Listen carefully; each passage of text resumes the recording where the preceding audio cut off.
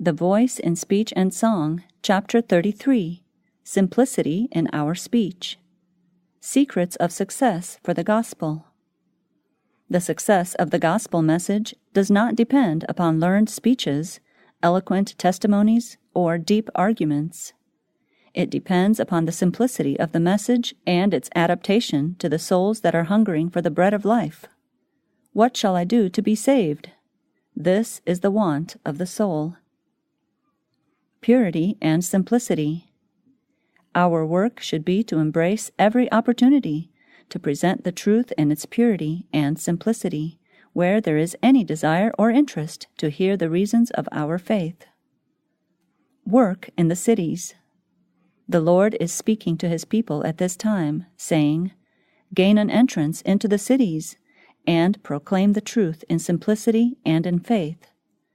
The Holy Spirit will work through your efforts to impress hearts. Introduce no strange doctrine into your message, but speak the simple words of the gospel of Christ, which young and old can understand. The unlearned as well as the educated are to comprehend the truths of the third angel's message, and they must be taught in simplicity. If you would approach the people acceptably, humble your hearts before God and learn His ways. Unlocking closed hearts. The true, honest words of a son or daughter of God, spoken in natural simplicity, will open the door to hearts that have long been locked. Simple words may open locked hearts. The most intellectual, those who are looked upon and praised as the world's most gifted men and women, are often refreshed by the simple words that flow from the heart of one who loves God and who can speak of that love as naturally as the worldling speaks of the things which his mind contemplates and feeds upon. Often the words well prepared and studied have little influence, but the true, honest words of a son or daughter of God, spoken in natural simplicity, will open the door to hearts that have long been locked. Too much proof.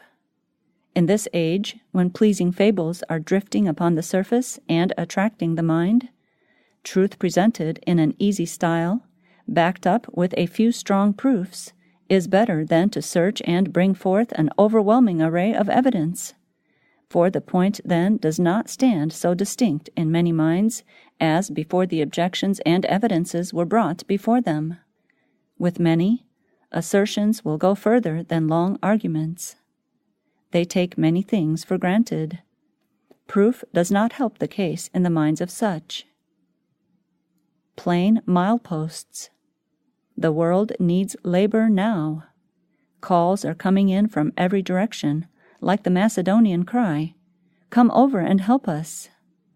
Plain, pointed arguments, standing out as mileposts, will do more toward convincing minds generally than will a large array of arguments which cover a great deal of ground, but which none but investigating minds will have interest to follow. A few forcible remarks. A few forcible remarks upon some point of doctrine will fasten it in the mind much more firmly than if such a mass of matter were presented that nothing lies out clear and distinct in the mind of those ignorant of our faith. There should be interspersed with the prophecies practical lessons of the teachings of Christ. Seeds of truth too deep. Some have cultivated the habit of too great concentrativeness. The power to fix the mind upon one subject to the exclusion of all others is good to a limited degree, but those who put the whole strength of the mind into one line of thought are frequently deficient on other points.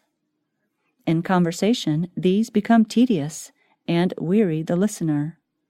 Their writings lack a free, easy style. When they speak in public, the subject before them holds their attention, and they are led on and on to go deeper and deeper into the matter. They seem to see knowledge and light as they become interested and absorbed, but there are few who can follow them. There is danger that such men will plant the seed of truth so deep that the tender blade will never find the surface.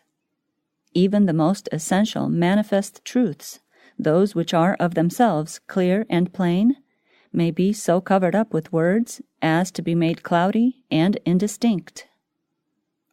Christ's words understood. In view of all that lies before the believer, his piety should be always abounding. He should labor for souls with all his intelligence and powers. Not for eloquence and honor is he to strive, but for simplicity of life and simplicity of speech. Christ had no need to explain any word that he made use of. All were simple, and all were understood by the most simple. A great variety of minds. Human minds vary. The minds of different education and thought receive different impressions of the same words, and it is difficult for one mind to give to one of a different temperament, education, and habits of thought by language exactly the same idea as that which is clear and distinct in his own mind. Yet to honest men, right-minded men, he can be so simple and plain as to convey his meaning for all practical purposes. The highest eloquence. You are to be the agent through whom God will speak to the soul. Precious things will be brought to your remembrance, and with a heart overflowing with the love of Jesus, you will speak words of vital interest and import. Your simplicity and sincerity will be the highest eloquence, and your words will be registered in the books of heaven as fit words, which are like apples of gold in pictures of silver. Light with every word. At the Queensland camp meeting in 1898, instruction was given me for our Bible workers. In the visions of the night, ministers and workers seemed to be in a meeting where Bible lessons were being given. We said, "We have the great teacher with us today," and we listened with interest to his words. He said, "There is a great work before you in this place. You will need to present truth in its simplicity. Bring the people to the waters of life. Speak to them the things which most concern their present and eternal good. Let not your study of the Scriptures be of a cheap or casual order. In all that you say, know that you have something which is worthy of the time you take to say it, and of the time of the hearers to hear. Speak of those things which are essential, those things which will instruct, bringing light with every word. Learn to meet the people where they are. Do not present subjects that will arouse controversy. Let not your instruction be of a character to perplex the mind. Do not cause the people to worry over things which you may understand, but which they do not see, unless these are of vital consequence to the saving of the soul. Do not present the Scriptures in a way to exalt self and encourage vainglory in the one who opens the Word. The work for this time is to train students and workers to deal with subjects in a plain, serious, and solemn manner. Spiritual disease. All the sang-froid which is so common, the theatrical gestures, all lightness and trifling, all jesting and joking, must be seen by the one who wears Christ's yoke to be not convenient, an offense to God and a denial of Christ. It unfits the mind for solid thought and solid labor. It makes men inefficient, superficial, and spiritually diseased.